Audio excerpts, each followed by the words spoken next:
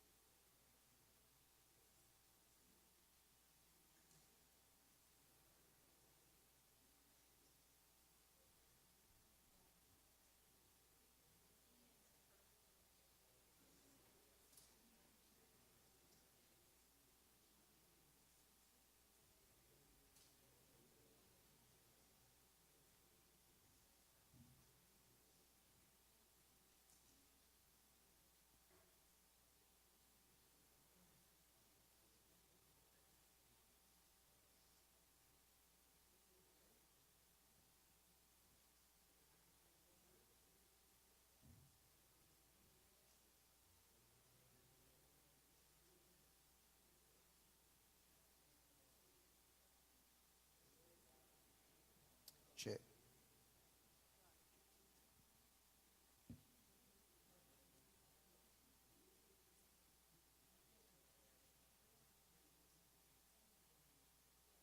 Check, check. We're good.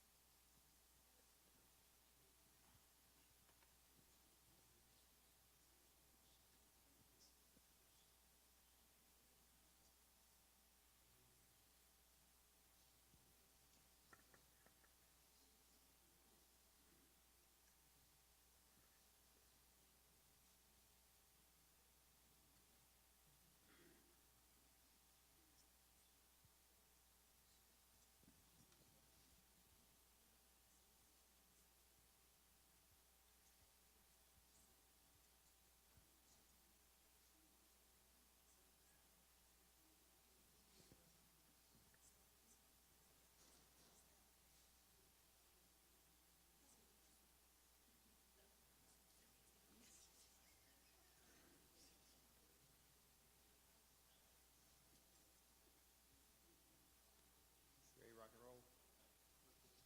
There you go.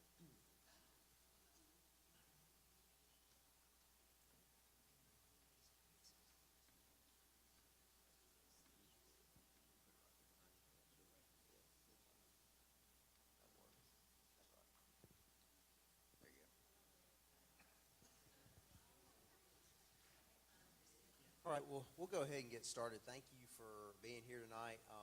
And tonight we're going to be laid back. It will just be questions and answers. I've got several questions to start us off with tonight, but if you have a question, Tommy has a microphone down there as well. So if you are interested or got something that you want to ask, as we get later on, we'll definitely take those questions, and he'll be able to come and get that to you. And so.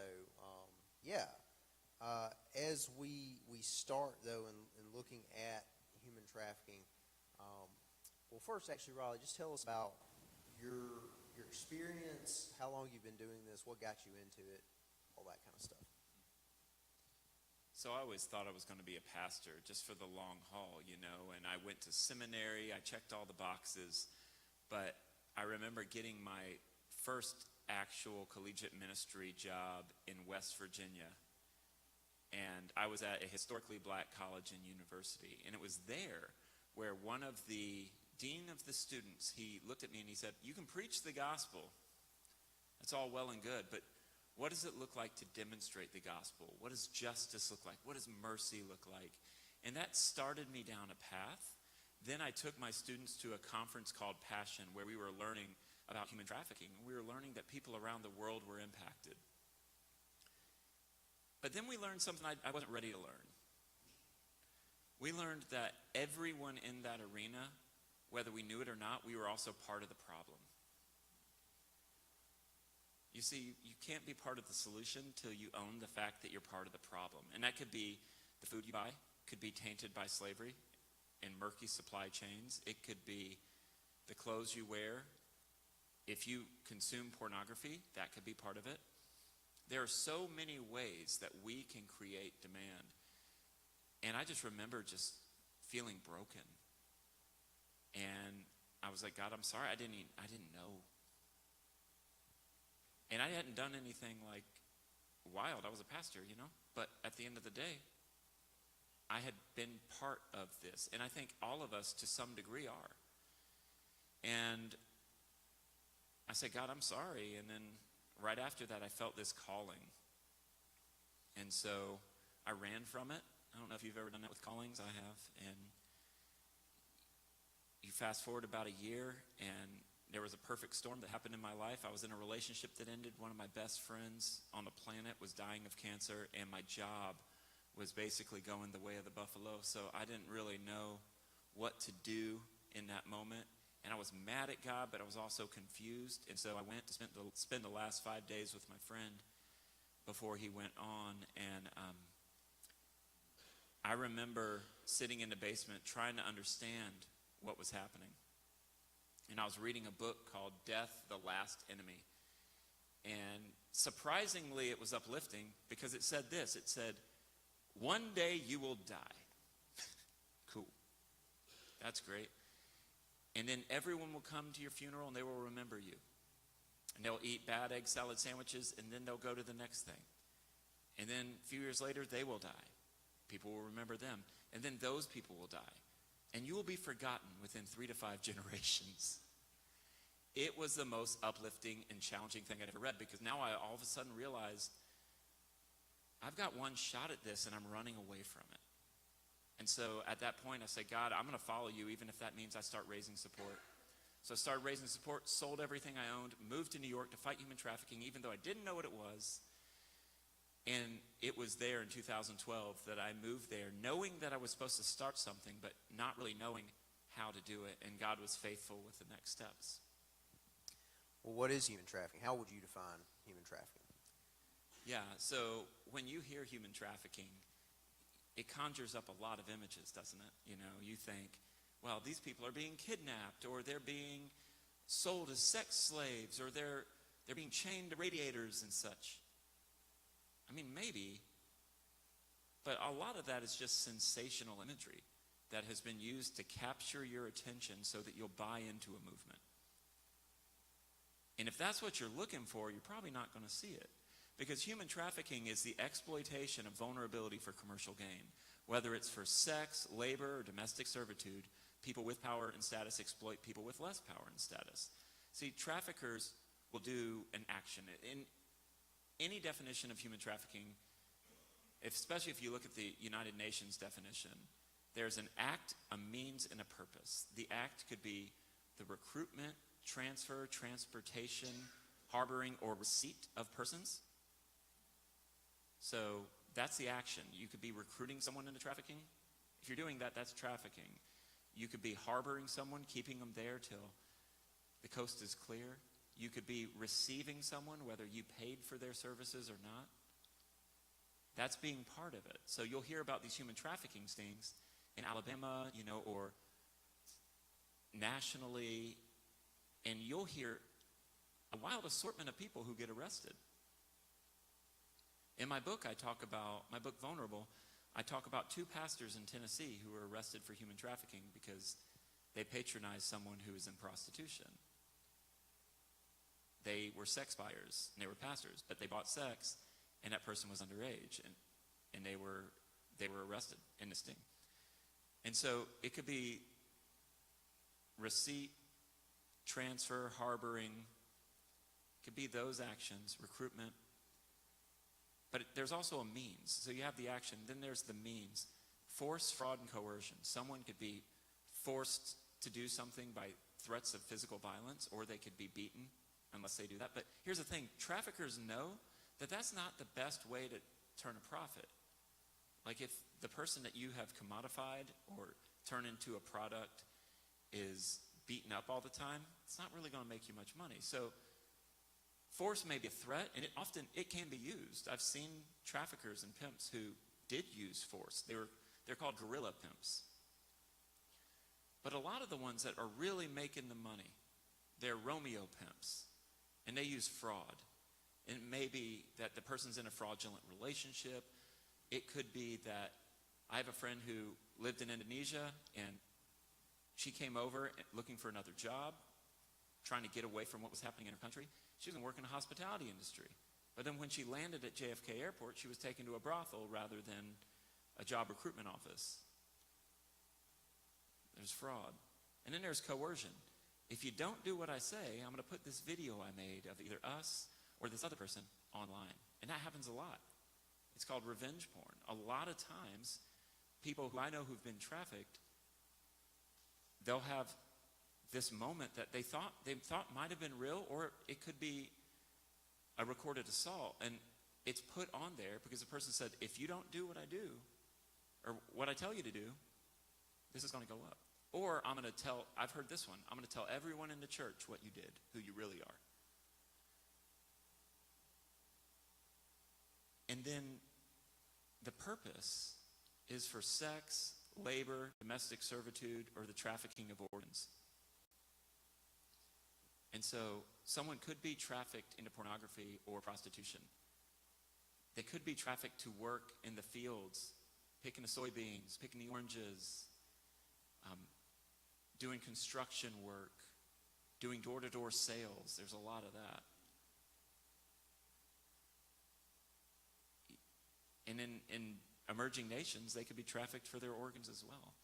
And so, though there is the act, means and purpose, I would say that I'm just succinct in saying that human trafficking is the unlawful exploitation of vulnerability for commercial gain. So how can we as the church help our neighbors, our local neighbors, who are experiencing or who may have experienced trafficking or who are vulnerable to trafficking? What can we do as the Fairhaven Baptist Church here in Demopolis, Alabama?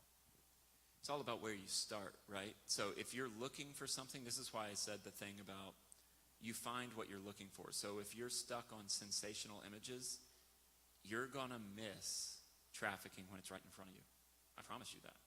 You will miss it. And so I back people up a little bit because I believe the church has a mission to care for their most vulnerable neighbors, because I believe the church in and of itself is vulnerable, even if we pretend that we're not. I think throughout Christian history, God has always used the people that were messed up, the people that were struggling, and they came together and the church was born. That's what we see in the book of Acts, when the church keeps growing exponentially. Well, these are vulnerable people who don't have an option, and they're clinging to Jesus because they know that God's office is at the end of their rope. And so they are coming together, and they are meeting each other's needs, because it's like that old, it's almost a modern-day parable, but when I was in kindergarten, I remember reading a story called Stone Soup. You remember that? How everyone brought something, and they threw it in, and they were all able to eat. That's what vulnerable people do when they get together. They take care of themselves in the best way they know how, especially when God is fueling that. And so I really believe that if the church, recognizing its own vulnerability, comes alongside of other vulnerable people because God made himself vulnerable for them, then and only then will you really impact people who are trafficked. Because when you are looking for your vulnerable neighbor, whether that neighbor be your undocumented immigrant neighbor or your documented immigrant neighbor, that neighbor could be your we're seeing this a lot in trafficking. Your LGBTQ plus neighbor, whether you agree or disagree, wherever you land, traffickers aren't worried about that. They like stigmas because they can exploit someone with stigmas. And what I tell churches is, what you'll find when you really engage this is that you end up loving people that are probably different than you. But what happens is when they see that they're loved, a lot can happen there. And we don't love people because we hope they'll change. But I think when you really love someone and God's love is pouring through you, people are going to change. They're going to see that they're loved unconditionally. And see, traffickers, they target that conditionality, and they use it against people. And so I always try to get churches to realize that the people that are victimized are people that we naturally villainize. It's the people that we push away in a sense because there might be some negative, well, there are negative things that these people are involved in, but I think traffickers know that and they use it against them. And so finding those people, whether it be your neighbor experiencing homelessness, it be whoever, your neighbor with mental health issues that are undiagnosed and untreated, your neighbor who is struggling with substance abuse. I mean, if you're anything like me, you've probably had those moments where you're like, better them than me, you know? I mean, I don't struggle with that. I'm better than them. But I've got my own issues. We all do. And I think what love looks like is loving that person who's different than us and trusting that if God can change us, he can change anybody. So what are some red flags that we need to be aware of concerning people who are being trafficked? One of the things that you mentioned this morning was your friend who, she was at church and involved in a church and didn't realize that she was being trafficked, and neither did the church. How would we, as the church, be able to do a better job of identifying someone like her who is in a situation where she's being trafficked? I think the first thing you do is focus on a vulnerable population. So when I work with a church, I help them identify who's the most vulnerable population in their community. Is it your new immigrant neighbor? Is it your homeless neighbor? Who is it? Is it single parents in the community? Once you find that neighbor, you focus on them because vulnerable people could be, are being, or have been trafficked. So you're not just doing prevention, you're doing prevention, intervention, and aftercare all in one fell swoop because you don't know where that person is. And so when you're finally focused on that vulnerable group, you're going to notice when there's an exploitation of that vulnerability. You're going to see them interact with their boyfriend or girlfriend or husband or wife. You're going to notice things like branding marks. If they have like a brand with some symbol or someone's name, you're going to notice tattoos because you're getting to know these people now. And do they have a male's tattoo or male's name tattooed on like the small of their back or on their neck? Or is there a barcode tattoo? That's one that used to be used. There was a trafficker by the name of, he went by the moniker of the Cowboy, and he would brand everyone that he trafficked. And he would say, you might get away from me, but you'll never get my name off you. And they do that as a way of breaking someone down mentally, so they'll naturally do the thing that the person wants them to do, even though that thing is against their self-interest. And so it could be someone who is in mental distress all the time. They have the sudden appearance of an eating disorder. They have multiple hotel keys. There's a lot of red flags, but you might miss the red flags if you're not engaging the populations that traffickers would target in the first place. So what are some myths then about trafficking? What are some things that we think we know or that we believe that are not actually true or maybe only partially true? All right, I need you all to commit to bear with me as I bring this up because some of these might frustrate you. Because some of us have bought things hook, line, and sinker because we were told by the news or by personalities that we like. And I'm only speaking from data. I'm not necessarily speaking from any political motivation, because I think both parties use human trafficking to get towards their ends. They weaponize human trafficking, I believe, both parties. And so, that said, I definitely made a friend right after my book came out, because I talked about these heroes, or not these heroes, these theories, and I said, oftentimes, one of the big myths that people don't know is that most people who are victimized are not kidnapped. Kidnapping, most of the people I know who've been trafficked were groomed. They were tricked into a fraudulent relationship, and they were treated really well for a while. Or they could have been in a job and they were treated really well. And then the person flips the script on them. They twist things. And then they're manipulating them the whole time. They're breaking them down mentally. And so grooming is the number one way. That doesn't mean that no one is kidnapped. That can and does happen. It's just not the prevalent narrative. It's just not what we're seeing the most. Another myth is that most of the trafficking that's happening is foreign nationals being trafficked into the U.S. Human trafficking is the exploitation of vulnerability for commercial gain. There are more people who are already vulnerable here that are being trafficked than people are being trafficked into the country. And so people are being trafficked into the country, but that's not the prevailing narrative. Now, since we're on that subject, people trafficked into the country, most of these people that are being found by law enforcement in the cases that are being built, most of the people who've come from other countries who are trafficked here come through legal ports of entry with falsified documentation. So I'm sure some people are snuck across the border, but oftentimes that could just be human smuggling. Human smuggling and human trafficking are very different. The term human trafficking is an unfortunate term where people just tried to be cute and find something that basically fit with drugs trafficking and arms trafficking. And they're like, you know what? Let's call it human trafficking. But it implies movement when ultimately it doesn't. And so most people, when they talk about human trafficking, they'll think, well, I have a highway near my house, so we have to have human trafficking. I'm sure people are moved, but most of the times, traffickers and those they traffic grow up in the same neighborhoods. A lot of times, the trafficking that we're seeing is familial. It's people being trafficked in the family.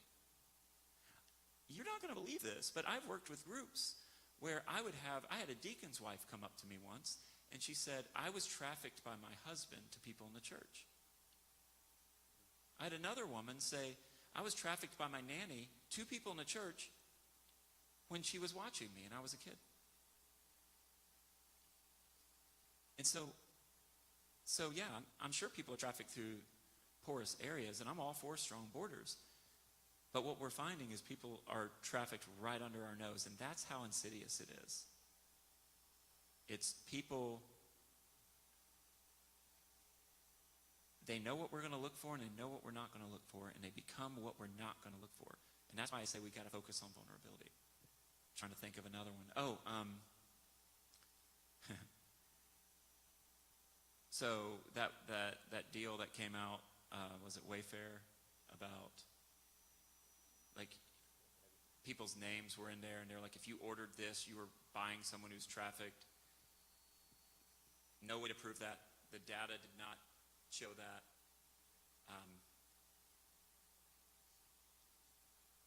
It's just,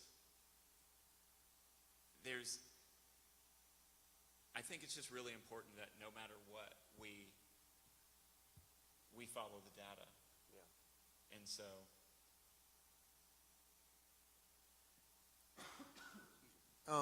we'll talk about that a little bit more, because one of the things that you said earlier was that we have to understand that we are part of the problem. We, especially for our unseen neighbors who live in places like Southeast Asia, and when it comes to buying garments and goods and stuff from Western China. I'm thinking specifically of the Uyghur population who has been exploited by the Chinese government and put into concentration camps. And friends, our government does not care about that right now.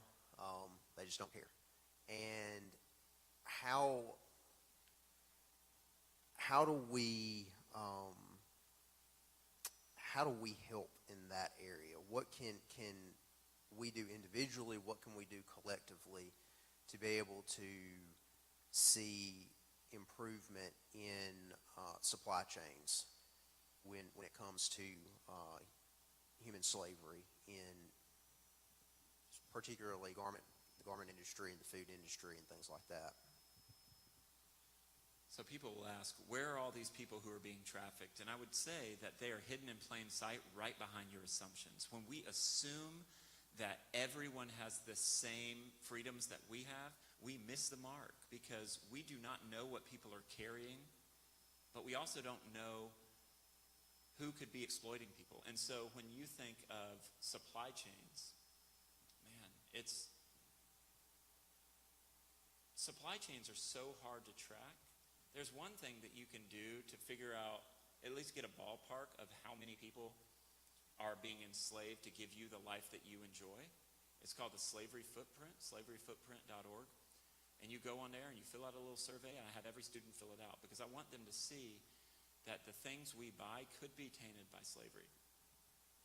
And so if you do things like buying fair trade, direct trade, fair trade is a certification process that works with coffee plantations, make sure people are getting paid fair wages, works with people making chocolate and all sorts of different, industries with regards to food.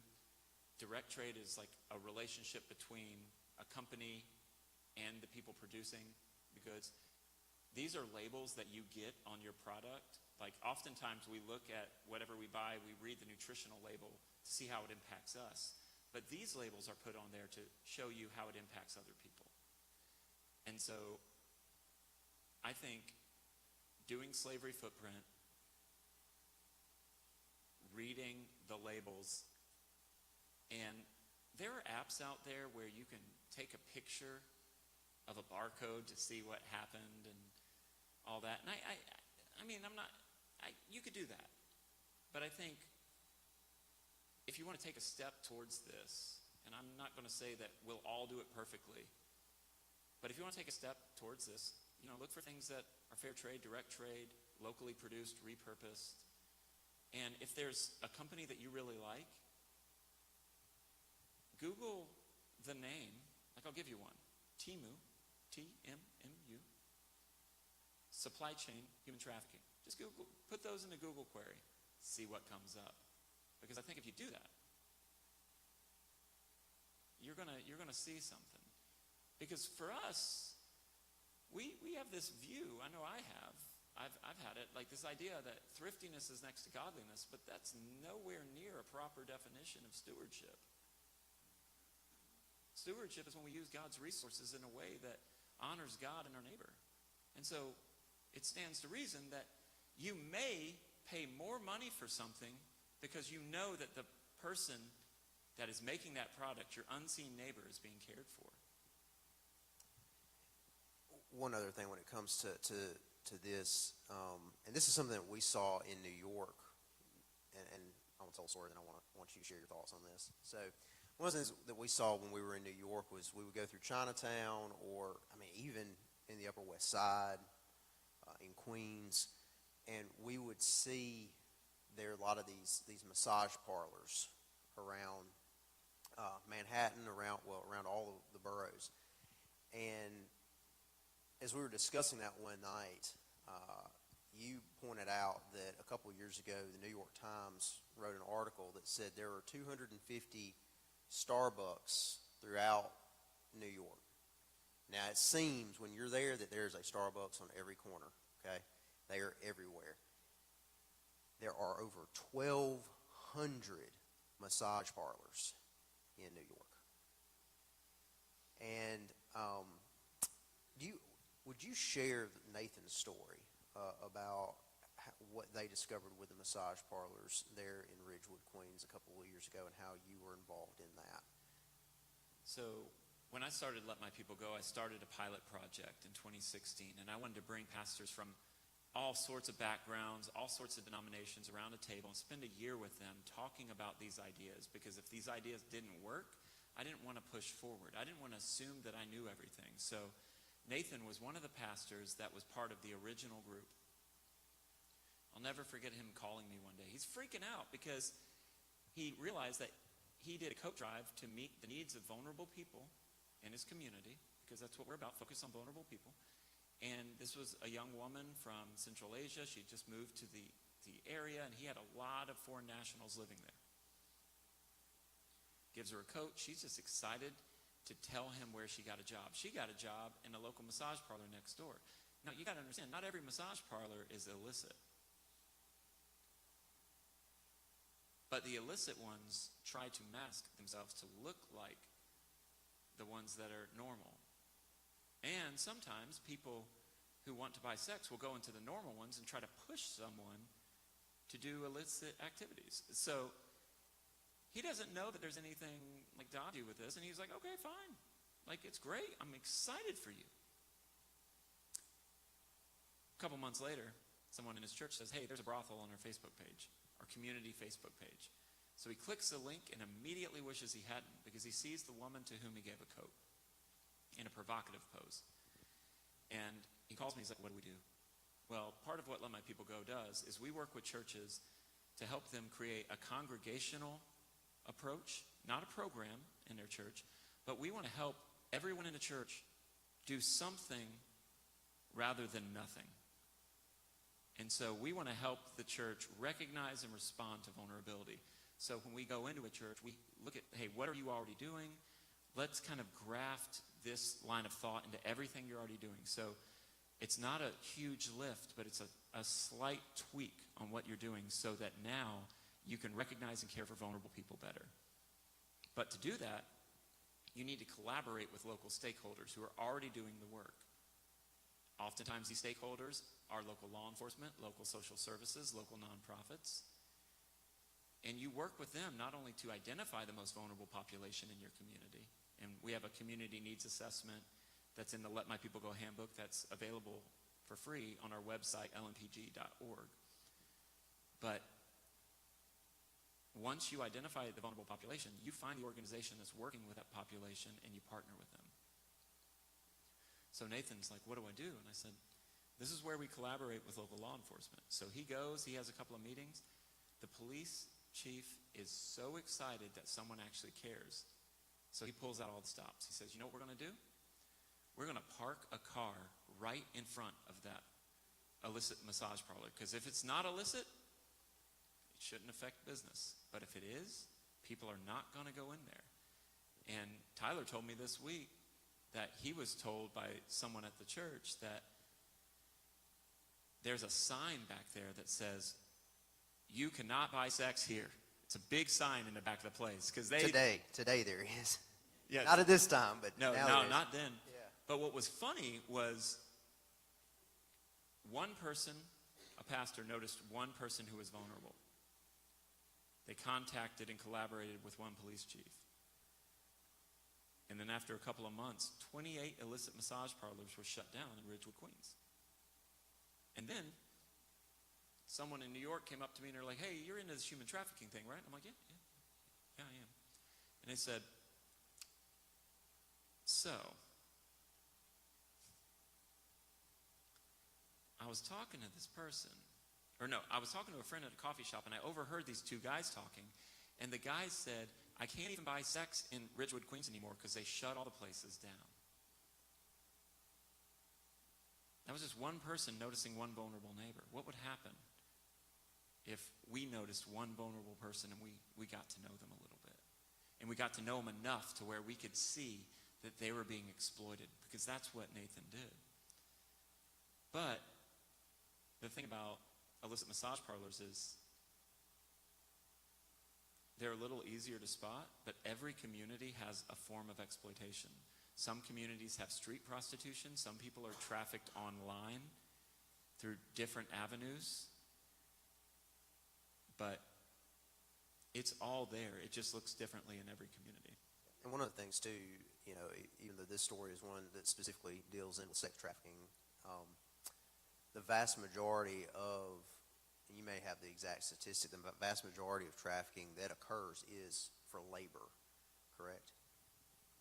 Yeah, I think in my book I say that 68%, and this is an old UN study that says 68% of human trafficking is for labor.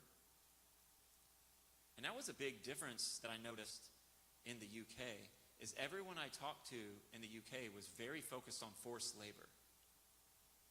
And I said, that's interesting, because here, everyone's talking about sex trafficking when the bulk of trafficking is forced labor. And oftentimes we don't want to see the forced labor aspect because we benefit from it. It's harder to see the evilness of it. I had a church in kind of a more rural area of Florida, and I was speaking, and I was talking about paying people fair wages, and there was a person in a Sunday school class that was very frustrated by that. Pulled me aside later. And I knew it wasn't personal, but I think we like to write these narratives in our head that, oh, well, this person's sending all this money to their family. And I'm like, well, you're not paying them much money. And the Bible's very clear on paying people fair wages. It's very clear. We don't get a pass just because someone's of a different ethnicity. And so, but yeah, I think for a lot of us, and that's the hard part, is we only see what we're ready to see. And I think over there, they're really seeing this labor trafficking, and they're doing a lot.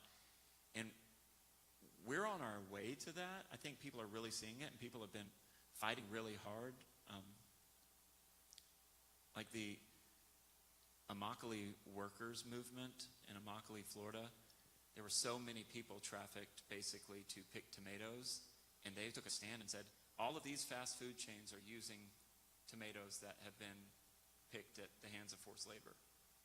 And they would just put anyone who wasn't doing that on blast. And I mean, there was one very big fast food chain that is represented here as well that refused to get different tomatoes because they cost more money. But the Immokalee workers were like, no, this is forced labor. You have to understand this. All right, at this point, I want to open it up to questions from the floor. So Tommy has the microphone, and he'll be happy to, so if you have a question, just feel free, you raise your hand, and he'll be happy to get that microphone to you.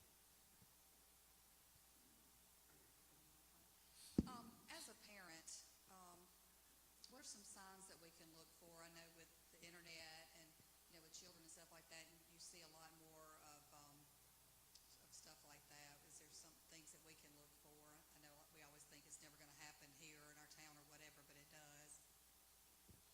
Online grooming is a very big thing.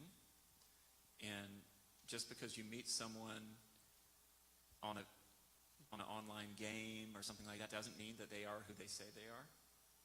And so I think having those open and honest conversations with your children, who did you talk to today? Who did you meet?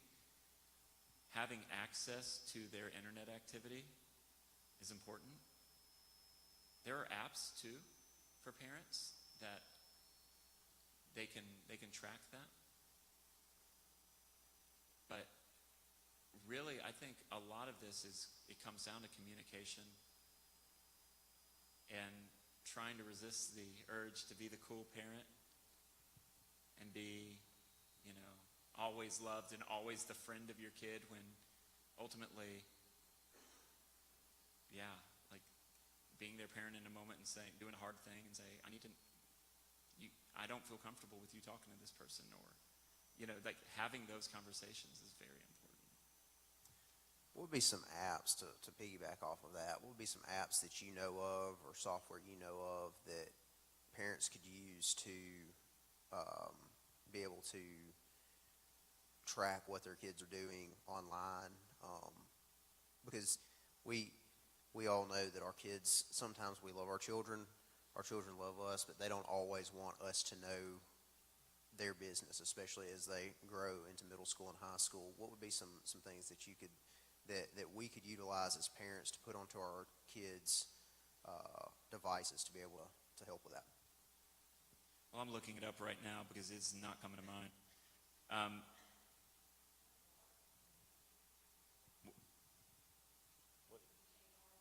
Bark. Bark. Okay.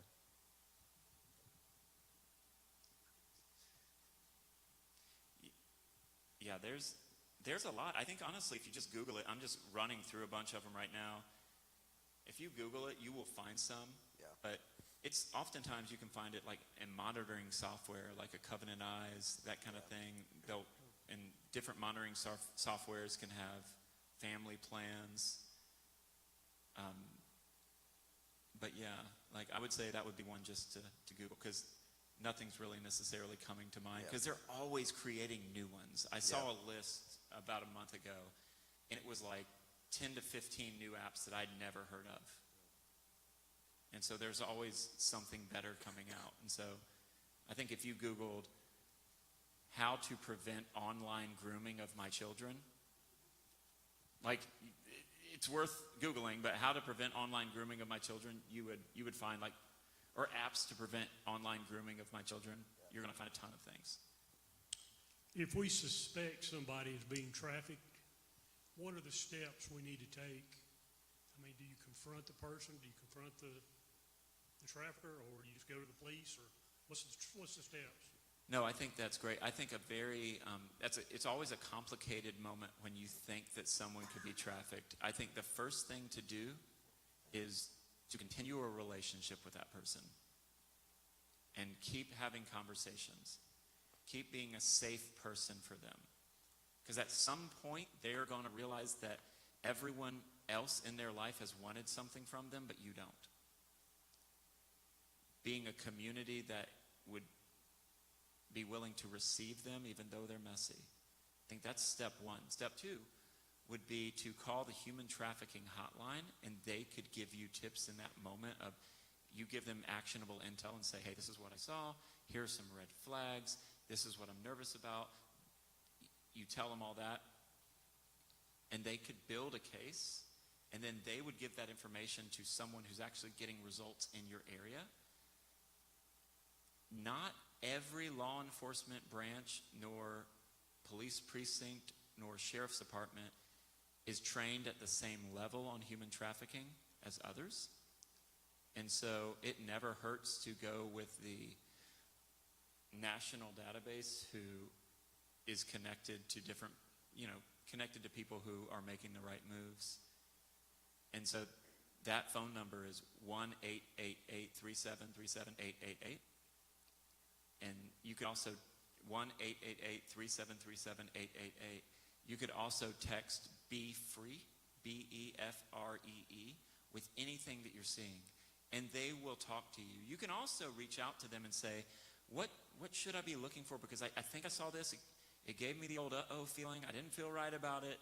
Maybe I'm thinking too much, but I don't feel right about it. Trust the uh-oh feeling, because the worst thing you're going to do is make it awkward. That's the worst thing that's going to happen. You're going to feel a little stupid. Well, we've all survived feeling stupid, right? Most of us. Some of you, we don't know. We're going to work that out later. But we've all survived that. But will this person survive this constant exploitative behavior? We don't know that. Thank you. That's a good question.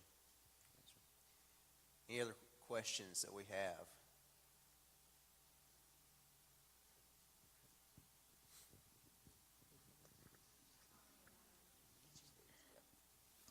You said that that human trafficking was the unlawful exploitation of vulnerable people for personal gain, and that human smuggling was something completely different.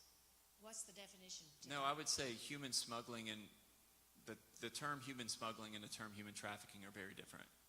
Human smuggling is when someone is exploited, yes, but they're not exploited for purposes of labor, sex, domestic servitude, or trafficking of organs. They're exploited, yes, to get them from point A to point B. So the coyote will take them and get them over, and then they'll say, you need to pay this off. Now, sometimes smuggling does turn into trafficking, but smuggling is often just the movement of someone from one place to the other.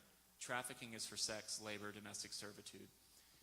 And a website that, well, an organization that spends a lot of time focusing on the differences would be Homeland Security. And on their website, they have a training module that you can take that is like, what's the difference between trafficking and human smuggling?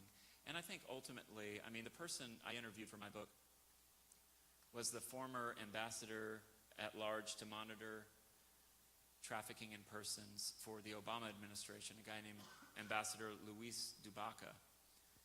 And I remember talking to him, and I recorded the majority of the conversation in a book, but I remember talking to him, and he said, at some point, you and I need to talk about just how terrible this definition of human trafficking is. Or not the definition, but the term human trafficking. Because in the UK, a lot of them don't even say human trafficking. They say modern-day slavery. And so, because they realize that it's a problematic word because it does imply movement when a lot of times there is no movement. That's a really good question. And just to speak to that, there have been instances where even in our area where people have been smuggled into the country and then used for labor, right? And so I think that is, and the initial response that I had to that when I found out about it was this is trafficking, and no, it wasn't. It was something else. So yeah. Okay. I appreciate what you're doing. And I've thought for years that one of the biggest struggles the church has is reaching out and reaching into the lives of, as you said, vulnerable people and making a difference. And we really, I think, don't understand how much better as the body of Christ we could be doing if we had more Mary Magdalenes and legions coming out of that kind of trauma and coming into the kingdom of God. But I was just wondering if you could, and I think you've addressed some of, or at least segments of my question already, but I'm not seeing the full picture, and I think it might help all of us to see a little bit better. And I know you're an author and a writer and an educator, and you're reaching out to pastors and churches. And I think of Brooklyn Tabernacle, a lot of those people come in off the streets. Dave Wilkerson's church, same way. And of course, you've got a mixture of anything and everything in New York. I mean, that's a melting pot if there is one that in the United States. But could you paint a picture maybe of what a month looks like in your organization, as far as how it's structured, how it functions?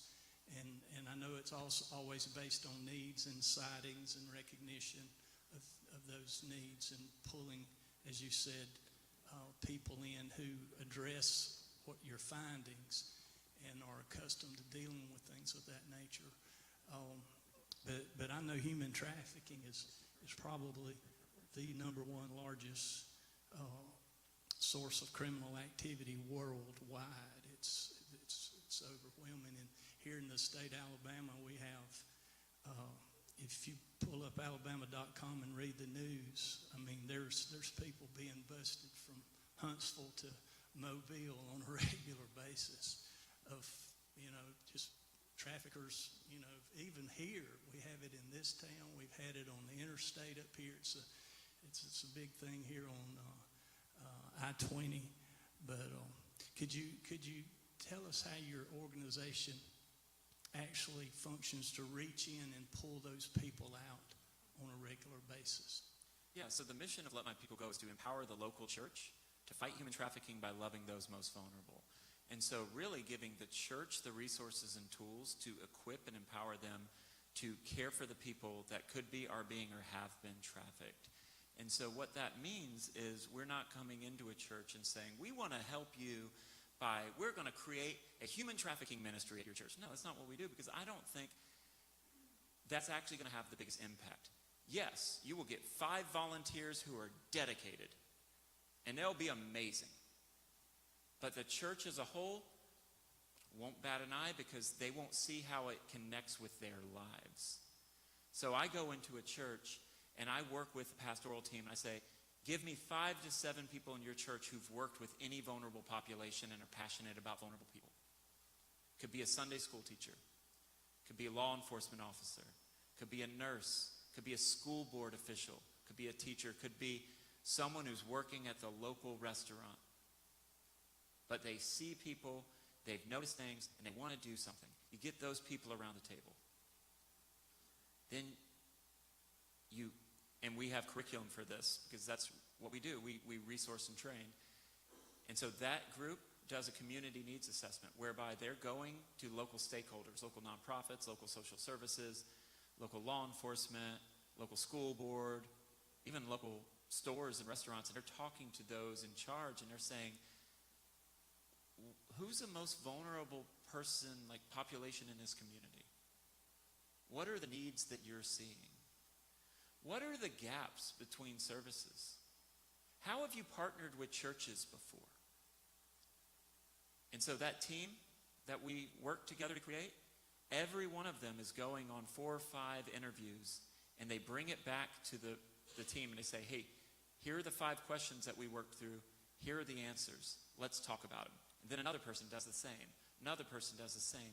And then something bubbles up, because every organization you talk to, they're going to see what they want to see, in a sense. So that's why you got to talk to multiple organizations. Like a YMCA is going to see young youth being exploited. Organization working with homeless people may see people experiencing homelessness. But I think when you talk to enough people, something's going to bubble to the top. It could be people who are new immigrants to the community who are in single-parent households. That could be your most vulnerable neighbor. So then you think through, okay, who are 2 of the organizations that we talk to that would know what to do with this? And then the church, well, the group basically writes up a plan, and they say, okay, we've identified our most vulnerable neighbor. We've identified who's working with our most vulnerable neighbor. And now here are some suggestions for our pastoral staff for how to talk about this regularly. It could be a full sermon. It could be like 2 minutes every month in a sermon. But a way to keep this in front of people. Here are some opportunities for our small groups where we could partner with these 2 organizations. Here's an opportunity for our large group that we can do something. Not something big. It could be something like backpacks or something. We eat that stuff up because we feel like we did something, but it didn't really cost us all that much. And I'm not trying to belittle it. I think it's necessary. I was talking to a pastor, and he was like, it doesn't do anything to move the needle. But it does, because you have learned as a congregation that you can do something. See, I'm not asking you to go out there and be Liam Neeson. I don't want that. I think that none of y'all got, well, some of you, I've talked to some of you, you're like ex-law enforcement. You got the skills. But the rest of us, man, we're like not even doing a 5K. Like, how are we going to kick down a door of a brothel? Like, that's not going to happen. But that said, we can do something. We can look our neighbor in the eye. And so it's really helping the church create this congregational model where they know who to look for, they know who to partner with, and when they find these people in their community, they don't treat them as those people, they treat them as us, and they include these people. I think it's important for a church to do 4 things: to identify vulnerable people in their church and outside their church. And in my handbook, I have an assessment for who's most vulnerable in our church already and who's most vulnerable outside of our church. So we got to do that on 2 fronts. But we want to identify them. We want to create an atmosphere of empowerment where they can choose a different life. They can choose a positive step. We can't do that for them, but we can create the atmosphere. We want to protect them through policies. We want to think through, are our ministries necessarily designed to protect people, whether it be children or people who've experienced vulnerability? Because oftentimes people who've been exploited can be exploited again, because the exploiters amongst us, because we're not checking people at the door. You know, they say 1 out of 6 men will be sexually exploited in their life, 1 out of 5 women. When we look at a church of 100, that's a thing. You know, we gotta square with those numbers. But all that said, when you identify them, you empower them, you protect them, and then ultimately you include them and treat them like anyone else, that's when the magic happens. I had a pastor at a Chinese church in New York, and I've seen this happen in churches all over the country, because that's a thing. And even in the UK, the model works everywhere because vulnerable people are everywhere. And so, but this pastor had 2 young men who were experiencing homelessness. They came into the church, they professed Christ, all this was going well, but then he was like, Raleigh, something's weird. They're hitting on all the women in the church. What do we do? I was like, well, let's think about it. Make them members. He's like, what? And I'm like, they profess Jesus, right? And he's like, yeah. And I'm like, now we hold them accountable. Because these men probably haven't been held accountable before. You treat them like every other person, and you know what? That's actually empowering. And so that's basically our model. And I also have another resource. It's called the Mercy Cast. It's a weekly podcast where I talk about learning the art of compassion through the adversity of life. And that's where I hit the aspect of understanding and mining our own vulnerability as we care for vulnerable people. So Let My People Go is helping you focus on vulnerable people. The Mercy Cast is helping you understand your own vulnerability, and they go together. Do we have any other questions? Speak real quick to who brought up the Mercy Cast. Speak to your guests that you had on there this week in the episode, because I think a lot of us would be familiar with her. Maybe not her name now, but her former story, and talk about that. Do you remember a few years ago when there was a Christian pastor who was arrested in Iran and imprisoned for being a Christian? Do you remember that? He was a missionary. His name was Saeed Abedini. Made international headlines. And his wife went everywhere and advocated for him. And to the point that I think in the same week, President Obama, who was the president then, visited her at her house in Boise, Idaho. And that same day, she got a call from Donald Trump saying, you know, we're thankful for your advocacy. We're glad to get him home. And as he was released, she came out and said that she had been abused in every way possible. And I don't think she recognized that she was in a prison of her own until he was released from his prison. And the worst part of the story, and there's a lot of heinous details, but the part that breaks my heart was that this man who was a pastor had been abusive to her in a variety of ways, and he had cheated on her with multiple women, all sorts of stuff. But to add insult to injury, certain very prominent Christian leaders, and you can Google who it is, you can Google, but certain prominent Christian leaders who you know very well, like ridiculously well, encouraged her to hold the marriage together, even though he was ending it. And when I say you know this leader, you know this leader. Yeah. You think about him once a year. That said, it's documented. And he has been featured in articles where he says, no, I did the right thing.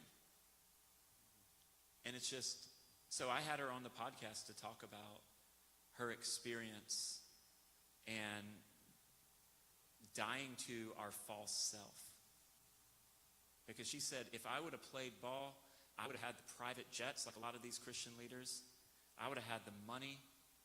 I would have had it all. But I chose to be truthful and I lost everything. And to talk to her, and listen to the podcast and see, test it. But to talk to her, I was like, she's being truthful. And she wrote a book about her story. And it's a good book. It's a fantastic book. And he ultimately ended the marriage. Any other questions? What's maybe one thing that we haven't asked that you think you need to speak to or address beforehand? What's one thing that we can, or that you want to talk about that we haven't talked about yet? How do I identify those most vulnerable in my community right now? And I think one step towards that would be you could Google nonprofits in your zip code and see what comes up. You might get 2 or 3 that are working with children. You might get 1 that's working with those experiencing homelessness. You might get a soup kitchen. But follow that. That's not going to tell you exactly who's vulnerable, but it's going to give you an idea of what's happening in your community. And also, if you really want to do this work, human trafficking is a transactional issue. And oftentimes we think that the solution should be transactional, and I think the solution is relational. And so ultimately talking to people, and that's why my handbook, download that, it's free. Do a needs assessment, figure that out. But then talk to the people working with vulnerable people, and then talk to vulnerable people themselves and actually get to know them, and try not to see them as an imposition, because sometimes we can do that. We prejudge people. We're like, well, you're homeless because you don't have a work ethic. No, they're probably experiencing homelessness because they've experienced severe trauma. That's one of the leading causes of homelessness. We always assume someone's narrative without listening to their story. We always do that. And so maybe taking someone at their word and doing as our former president Ronald Reagan said, trust but verify. You brought something up that I want to address real quick, because it's something that I've seen in myself. Sometimes we reach out to those who are vulnerable, we hear their story, and I've noticed this even in my own life, where the trying to empower that person, he or she may continue to make just what to me are boneheaded decisions, right? Things that we look at and we see and we say, oh, why are we still making these kind of decisions when, you've been supported, you've been empowered, you've been given these opportunities now that you didn't have beforehand and when you were being exploited. How do we navigate that? How do I navigate that better than frustration or wanting to end, having conversations? What does that look like? What would you suggest in that? I think when we look at our life clearly and say, look at all the things I continue to do wrong, but God still loves me, that's a step. When we give to people, whether we give money, time, possessions, when we give to people, but we give graciously, ultimately giving it to God and saying, whatever they do with this is between them and the Lord, I think that's a step. But Tim Keller tells a story in his book, Generous Justice, which I think is a must-read. He says that his deacons were giving this person who is a single mom a bunch of money to clothe their kids and all this. But then they find out that she used it to buy their kids a gaming system. Well, they were mad. They wanted to take the gaming system. They were like, we got taken advantage of, and they were sore about it. And so they talked to her. And she said, my kids come home from school every day feeling weird, feeling like they don't fit because they can't talk to the other kids and have anything in common. And we have it so rough that I just wanted to give them something nice. See, we don't know all the time what's happening. And I think it's in those moments where, like I said this morning, it's the age-old question, do I give money, do I not? Well, no relationship has ever been built with the exchange of funds. It's not necessarily started with the exchange of funds. But there might be moments and cases where you feel the Holy Spirit saying, to give this person some money, case by case. But sometimes we give money to people to absolve ourselves of guilt for not doing anything. I once gave this guy money because he was near my car, and I didn't want my car to be broken into, and I looked at him, and I'm like, that is the kind of guy that's going to break into my car. And it wasn't because of anything other than he was drunk and getting rowdy. That was the only reason. And I was like, I don't want this drunk guy to break into my car. I don't want it. So here's some money. Buy a sandwich. Buy beer. Whatever. Just don't break into my car. And my car was safe. But the point here is my motivations were awful. They were about me, not that person. And I think when you actually get to know someone and you take the risk of getting to know someone, beautiful things are going to happen. And God's going to show up, because when vulnerable people like us interact with other vulnerable people, God, the God of justice who loves those most vulnerable, is going to show up in a rich way. Last thing I'll say, you have heard the recently departed Henry Blackaby. He had a quote. He said, to find God's will, you need to find where God is at work and join him there. Great advice. If you want to find where God is at work, find your most vulnerable neighbors. And God's not asking you to go and fix it. He's inviting you to where he already is. And I think if you go there, like Matthew 25, you see Christ's face in the face of the vulnerable, and it'll change your life forever. Thanks. I appreciate it. And any other last questions before we close tonight? If not, Riley, will you pray for us as we end tonight? Lord, we've talked about hard things today. We've talked about things that are messy and complicated. But we know this, that you historically have shown your love for the widow, the orphan, and the sojourner. You've shown your love for the least of these. And in both cases, you not only identify with them, but you challenge your people to join you. And so right now, there are people here that are sensing something. They don't really know what's happening. But Lord, if you are calling people here to take a step towards loving their neighbor, and I believe you are, I ask that they talk to one of the pastors here. You may be leading this church to start a group to do a community needs assessment, just to really see what could be happening under the radar in Demopolis. See, we think we know, but we may not. Lord, if that's happening, may the person realize it's not bad pizza or bad Mexican food they ate, because I ate the same Mexican food and it was delicious. But I pray that they would realize that you are calling them and that they would talk to someone about it. It's in your name we pray. Amen. Y'all never heard someone bring up Mexican food in a prayer before, have you? It was delicious. That was gratitude. That was me being thankful. That's right. Yeah, we almost had another church service at El Zarape today. There were like 100 people there. It was like Yeah. It's like an afternoon session. What'd you eat? What'd you eat? What did I eat? Tacos. I ate tacos. And I don't like corn tortillas. I'm a flour tortilla guy, but those were fresh corn tortillas, and they were delicious. Thank you. Huh? Did you have the Tex-Mex or the authentic? I had the authentic, but I should